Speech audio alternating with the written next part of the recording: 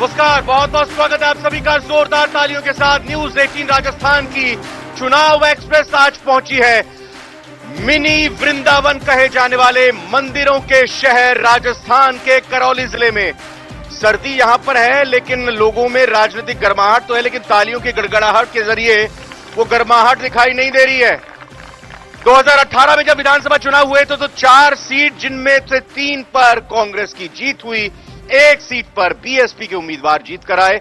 इस बार के क्या समीकरण है, क्या समस्याएं, क्या मुद्दे रहने वाले? चुनाव प्रचार पूरे जोर शोर पर है और चुनाव एक्सप्रेस की टीम 33 जिलों को अगर मान के चले, क्योंकि चुनाव आयोग की तरफ से अभी वही कंसीडर किया जा रहा है, आधे से ज्यादा जिलों को कवर कर चुकी है और विधानसभा की आधे से ज्यादा सीटों पर हम चुनाव एक्सप्रेस का कार्यक्रम कर चुके हैं। करौली जिले में आज जो शानदार मेहमान हमारे साथ आए हैं, एक एक इनका जोरदार तालियों के साथ स्वागत करते हैं। कांग्रेस के प्रदेश सचिव भूपेंद्र भारद्वाज जी, बहुत बहुत स्वागत सर आपका।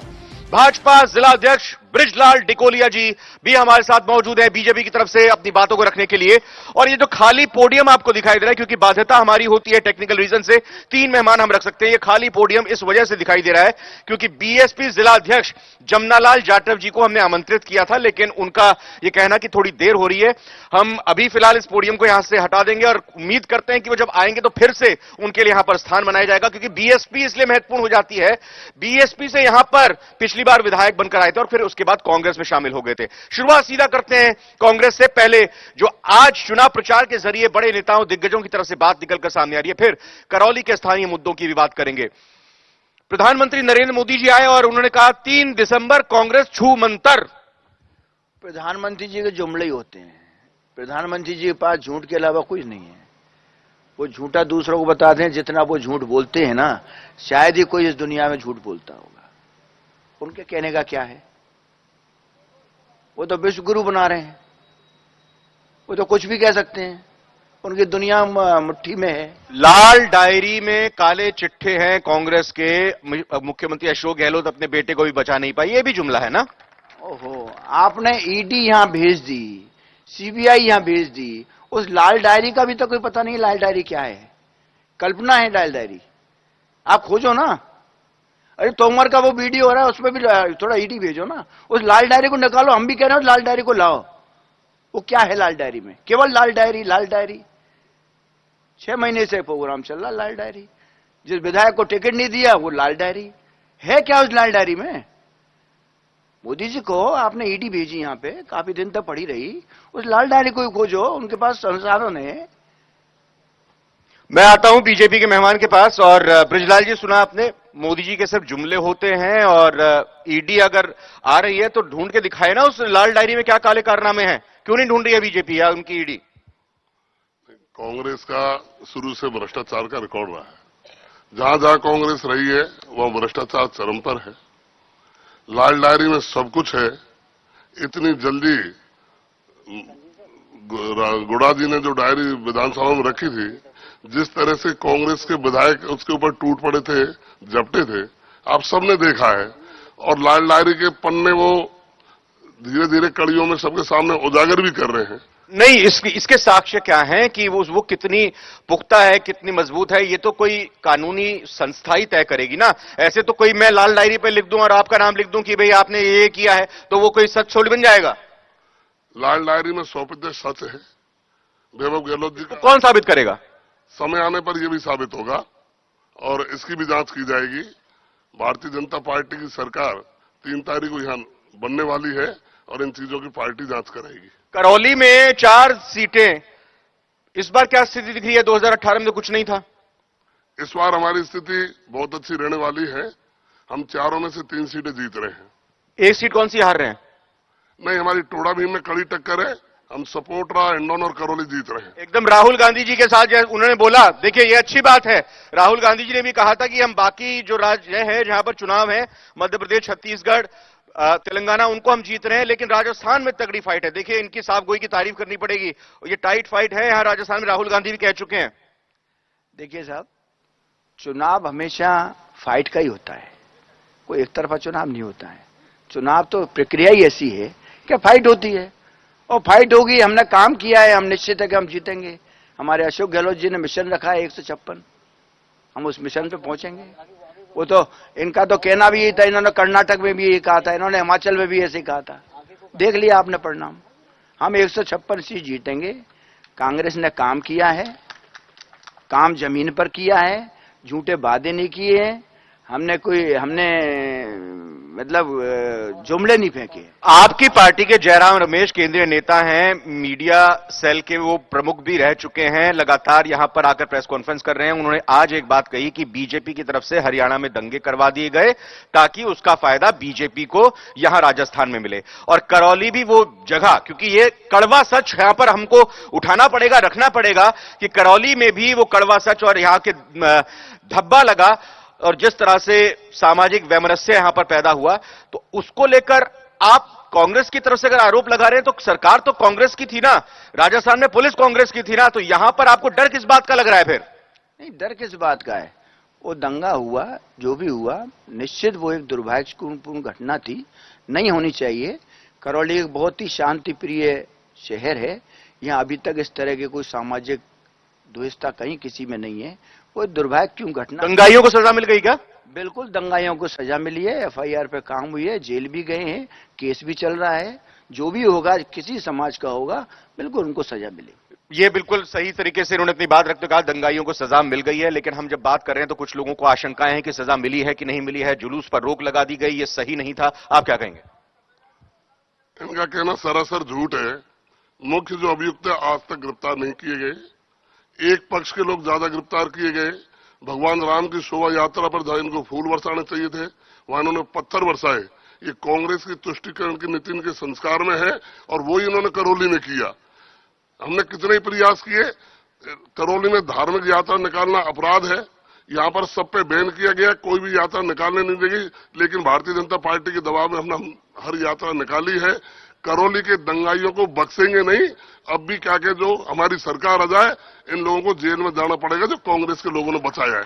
क्या बीजेपी की तरफ से राम की बात चुनाव में लाई जाती है? क्या कांग्रेस तुष्टीकरण की राजनीति करती है? करौली में और कौन से मुद्दे हैं, इनको और जानने और समझने के लिए मैं यहां पर आऊंगा और बातचीत करने का सिलसिला शुरू करूंगा। बताइए साहब, क्या दिक्कत, क्या समस्या यहां करौली में है? क्या मुद्दे हैं इस बार चुनाव में? करौली में मुद्दे हैं कि काफी सारे पेपर लीक हो जाते हैं, एक दूसरे पे भ्रष्टाचार का आरोप भी लगाते हैं ना, कि कांग्रेस वालों पत्थर फेंक देते हैं, ना तो वो बीजेपी कभी सपोर्ट नहीं करती बीजेपी का, या बीजेपी का कोई बंदा होता है तो उसको जेल में डाल देती है जबरदस्ती पकड़ के। कांग्रेस आजकल बहुत भ्रष्टाचार कर रही है करौली में। ये एक मिनट भाई साहब, बिल्कुल हाथ बांध के बैठे हुए हैं, एकदम ठंड से ठिठुर रहे हैं, लेकिन कुछ अंदर ही अंदर कुछ चल भी रहा है। खड़े हो जाइए और बताइए क्या समस्या, क्या मुद्दे? युवा है, वोट डालिए अभी तक एक भी बार? डाला। अच्छा, इस बार भी वोट डालेंगे?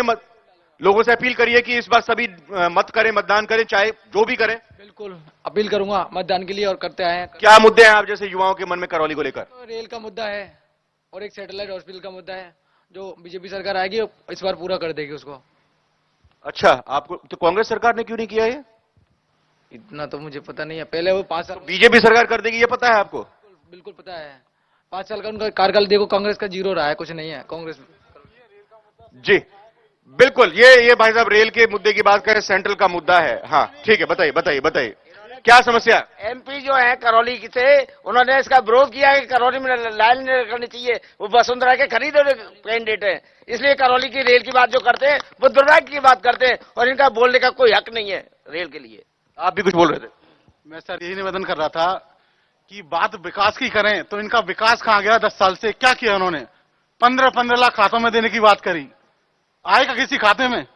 अब बात करते हैं कोरोना काल में क्या स्थिति हुई लोगों की, आपको पता है इस चीज का? सब दर्द दो गंगा में पवित्र करेंगे, इस तरीके से गंगा पवित्र करिए जहां पे लाशों का ढेर लग गए, लाशें फेंकी बहने लग गई। इस तो लोगों में नाराजगी है। यहाँ पे समाज सेवी भी हमारे साथ मौजूद है, मैं जरा उनका भी रुख करना चाहूंगा।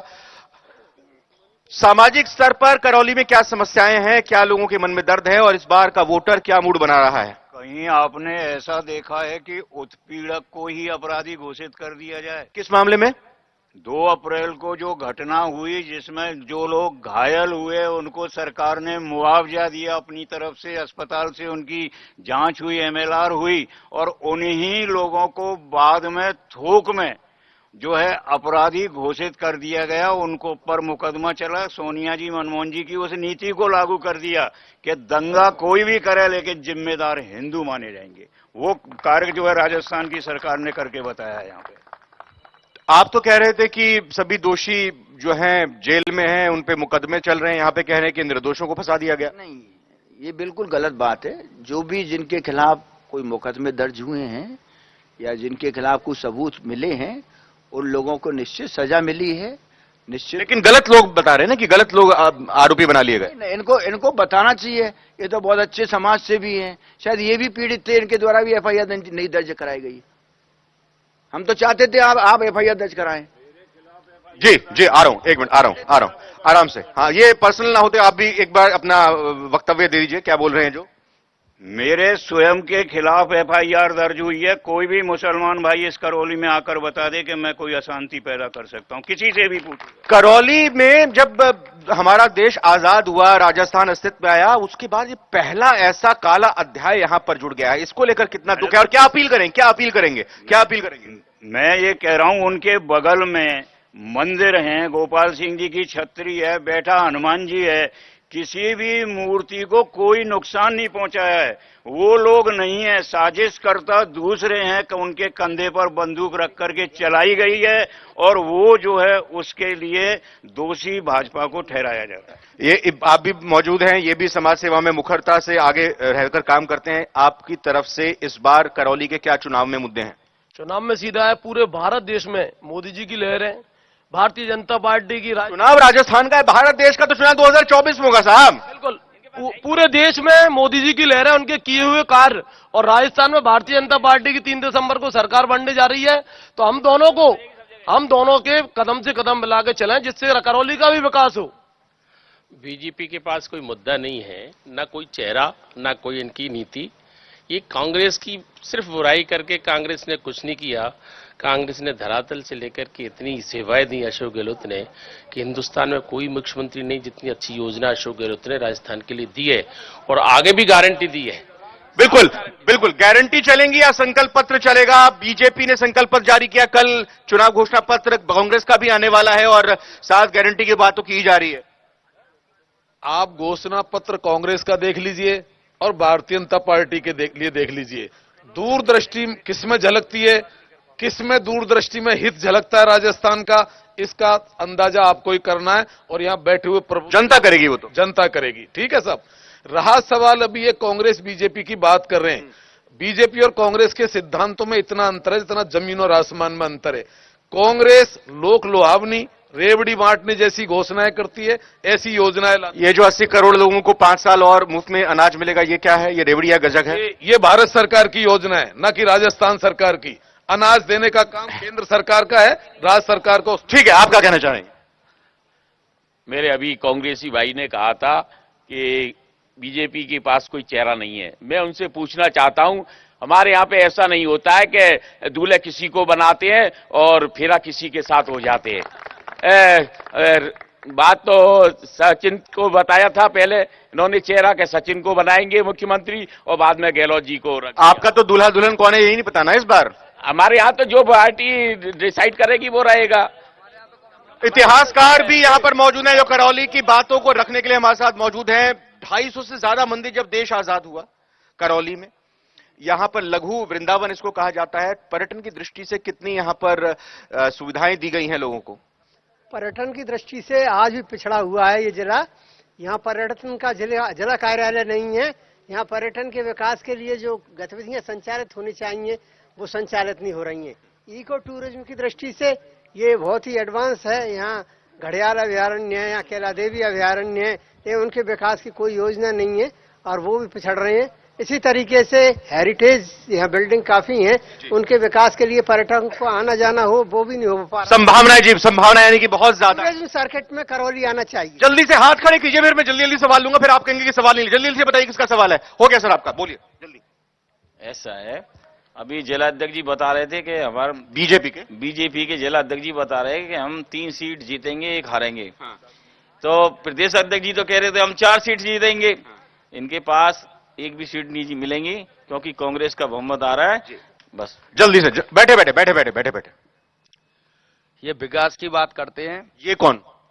कांग्रेस के जो मैं इनसे ठीक है, कांग्रेस पार्टी। हाँ, कांग्रेस पार्टी का। परंतु इन्होंने यहाँ के विधायक हो चाहे कांग्रेस के कोई भी हो, इन्होंने अपना विकास किया है। यहाँ पर स्मैक बिछी है काफी, बच्चा जाकर स्मैक ले सकता है, परंतु यहाँ की पुलिस प्रशासन और यहाँ के मतलब जो विधायक हैं, ये सब इनकी देखरेख में ये सब चीजें होती हैं। ये नशे का कारोबार यहाँ पर फल फूल रहा है जी। बिल्कुल नशे का कारोबार यहाँ पर फल फूल रहा है। आप देखिए कि एक नाती अपनी दादी के पैर काट के कड़ी ले जाता है, और उस ये दुर्भाग्य की बात है। करौली बहुत शांति का विकास का यहाँ पर देख लीजिए, 60 की यहाँ पर पीजी कॉलेज है, लेकिन हमारी मांगे चली आ रही हैं कि यहाँ पर विश्व क्या यूनिवर्सिटी होनी चाहिए, लेकिन हमारी करौली में कोई भी इस प्रकार ध्यान नहीं है जिनसे अपन आगे जा सके, जैसे विकास कहते हैं। जी बिल्कुल, बताइए। जो 2 अप्रैल की घटना हुई थी उसके बारे में आज तक कोई भी कार्रवाई नहीं हुई है, और उसके ऊपर पूछना चाहता हूं मैं, इन्होंने कितने लोगों पे क्या कार्रवाई हुई है, उसके बाद किन लोगों को मुआवजा दिया गया है, किन लोगों को नहीं दिया गया है। उसके बाद मैं पढ़ाई कर रहा हूं, 2 साल से तैयारी कर रहा हूं, आए दिन हर पेपर आउट हो रहा है। उस पेपर लीक लगातार हर जगह मुद्दा उठ रहा है। मैडम नमस्कार, बताइए क्या समस्या है यहाँ पर करौली में? जब वोट डाले जाएंगी, आप वोट डालेंगे उन मुद्दों को जहन में रखते हुए? अब यहाँ तो यही समस्या है तो नशेबाजी ज्यादा चल रही है। नशे की बात बार बार आई। जी मैम, आप बताइए। हमारे लिए तो कोई समस्या नहीं है। कोई समस्या, सब ठीक है, फिर भी और क्या उम्मीदें हैं? नहीं, कोई उम्मीद नहीं है। कोई उम्मीद भी नहीं है, कोई समस्या भी नहीं है। जाहिर तौर पर ये कई सारी बातें निकलकर सामने आ रही है। बीएसपी के मेहमान हमारे साथ जुड़ चुके हैं। साहब, बड़ी देर करती आते आते ये बताइए कि बीएसपी ने पिछली बार 2018 में, वक्त नहीं है मेरे पास ज्यादा, प्रत्याशी खड़ा किया, वो तो कांग्रेस के पाले में चले गए, कांग्रेस से टिकट भी मिल गया। अब जनता कैसे भरोसा करे कि बीएसपी का अगर हम वोट देते हैं तो टिकेंगे, हमारे पास ही नहीं टिकेंगे? सर आप सुनिए, जो कांग्रेस से आज प्रत्याशी है वो बसपा को धोखा दे करके गरीब जनता के वोटों को लेकर के जिसने जो वादे किए। अरे आगे की बताइए ना। तो नहीं है सर, आगे की बताइए ना। सुन लीजिए। रही बात बीजेपी का जो कैंडिडेट है, प्रत्याशी है, वो भी बसपा से ही गया है, तो आप देख लीजिए पूरा बसपा का गढ़ है, बसपा के साथ धोखा। लेकिन ट्रेन आती जाती है, प्लेटफार्म अपनी जगह पे। मैं आपसे वादा कर रहा हूं आपके मन के माध्यम से, फिर से हम बहुजन समाज पार्टी की सीट निकाल। अब ये बात आप जब खुद स्वीकार कर रहे हैं, कांग्रेस के, बीजेपी के, दोनों पार्टी के प्रत्याशी बीएसपी से आए हैं। अरे तो मेरी सुन तो लीजिए ना। फिर ये बताइए कि फिर ये क्या भरोसा कि जो बीएसपी के प्रत्याशी को अगर जिताए जनता, वो कहीं और ना चली जाए? तो यही तो बात है ना, समस्या असली तो। सर ये जैसे बीजेपी और कांग्रेस के जो प्रत्याशी हैं बिकाऊ, ऐसे हमारा बसपा अब बिकेगा नहीं। और वो क्यों दे इस बार बीएसपी वोट? क्या करेगी बीएसपी? सुनो, वो क्या है कि एक तो पढ़ा लिखा योग्य है, युवा है, वो उसको गरीबों की सेवा करने की भावना है। जब वो विधायक नहीं है, कुछ भी नहीं है, जनप्रतिनिधि नहीं होती हुए भी वो जनता के लिए विकास की बात कर रहा है, पानी की सुविधा दे रहा है। बीजेपी को क्यों वोट दे इस बार करौली के लोग? इसलिए कांग्रेस ने पिछले 5 साल में इस जिले में विनाश का काम किया है, विकास का कोई काम नहीं किया। भारतीय जनता पार्टी ने चंबल नदी पर पुल बनवाया है, करौली के अंदर मेडिकल कॉलेज लाए हैं, जितनी भी सड़कें हैं माननीय गडकरी जी के उससे हुआ है। कांग्रेस ने ढेला का काम नहीं है, बल्कि किसी भी हत्यारे को 5 साल में लोगों ने जेल में नहीं जाने दिया, किसी भी गैंगरेपी और बलात्कारी को लोगों ने जेल में नहीं जाने दिया, किसी भी अपराधी को जेल में नहीं जाने दिया। चारों एमएलए ने मिलकर के हत्यारे अपराधियों को बचाने का काम किया है, और भारतीय जनता पार्टी ने कुछ बोल रहे हैं आप, क्या बोल रहे हैं? बोलिए क्या बोल रहे हैं वहां? मैं ये कह रहा हूं, देखिए एक मिनट पहले आप क्या बोल रहे हैं ये बताइए। आप टाइम से, जब हमने आपको बुलाया था टाइम पर आना चाहिए था। अब हमारे वक्त, एक मिनट ठीक है, अब आप अपनी बात माफी चाहता हूं, बोलिए माफी चाहता हूं देर से मैं नहीं आने पर, लेकिन मेरी बात तो फिर अब हमारा भी एक समय का होते हैं ना, हमारे पास समय की पाबंदी। अब आप अपनी बात, बीएसपी का कैंडिडेट क्यों जीते लास्ट में बताइए? बीएसपी का, मेरा वक्त खत्म हो रहा है, बीएसपी का कैंडिडेट क्यों जीत रहा है? इसलिए जीत रहा है कि बसपा पे भरोसा है, बहुजन समाज पार्टी गरीबों की हितों की लड़ाई लड़ती है, जुर्म जांचती है। बीजेपी की बी टीम कहा जाता है बीएसपी को। बीजेपी की बात कर रहे हो आप, तो बीजेपी और कांग्रेस एक ही सिक्के के 2 पहलू हैं, इनकी एक ही मंशा है, और बसपा सिर्फ और सिर्फ गरीबों के और कमजोरों की लड़ाई लड़ता है। ठीक है, बसपा कमजोरों की लड़ाई लड़ती है, कांग्रेस किसकी लड़ाई लड़ रही है? कांग्रेस ने कुछ नहीं कहा, सर ने कहा। कांग्रेस तो हमेशा सर्व समाज को साथ लेकर के चलती है, कांग्रेस हमेशा विकास में विश्वास रखती है। बीजेपी के काम केवल मात्र सांप्रदायिकता पर ही चुनाव लड़ने का प्रोग्राम रहता है। मैं हमारे बीजेपी के जिला, कांग्रेस को जीत की गारंटी मिल रही है? बिल्कुल जीतेगी कांग्रेस, क्यों नहीं जीतेगी कांग्रेस? कांग्रेस जीतेगी, कांग्रेस ने काम किया है, आम जन के लिए काम किया है। रिपीट नहीं हुई अभी तक सरकार? रिपीट होगी, रिवाज बदलेगा। कितनी सीट? 156 मैं शुरू में कह चुका। 156 सीट। धर्मेंद्र शर्मा मेरे सहयोगी को मैं आमंत्रित करना चाहूंगा यहां पर। आज बड़े ही गर्मागर्म तरीके से मुद्दों को हमने यहां पर रखा और तीनों मेहमानों से बात की, जनता से बात की। आज किस कार्यक्रम पर क्या कहेंगे आप? ये चुनावी एक्सप्रेस न्यूज 18 का बहुत शानदार कार्यक्रम रहा। सभी लोगों ने अपने अपने यहाँ विचार रखे। निश्चित तौर से क्षेत्रीय मुद्दे हैं जिनको समझने की और समाधान की आवश्यकता है। हालांकि सभी पार्टियां अपने अपने दावे करती हैं, लेकिन लोगों की जो समस्या है उनका कितना समाधान हुआ ये आज भी बड़ा सवाल है और इसी को लेकर जनता समय समय पर सवाल खड़े करती है। यहां जो लोग पधारे उन सभी का धन्यवाद। Thank you. बहुत बहुत धन्यवाद, बहुत बहुत शुक्रिया। हाथ खड़े करने के लिए पहले बोला गया था, लेकिन अब हमारे कमाने का समाप्ति का वक्त आ चुका है। करौली के आज के चुनाव एक्सप्रेस कार्यक्रम में इतना ही। सोमवार को चुनाव एक्सप्रेस मिलेगी बीकानेर में। बहुत बहुत धन्यवाद, नमस्कार।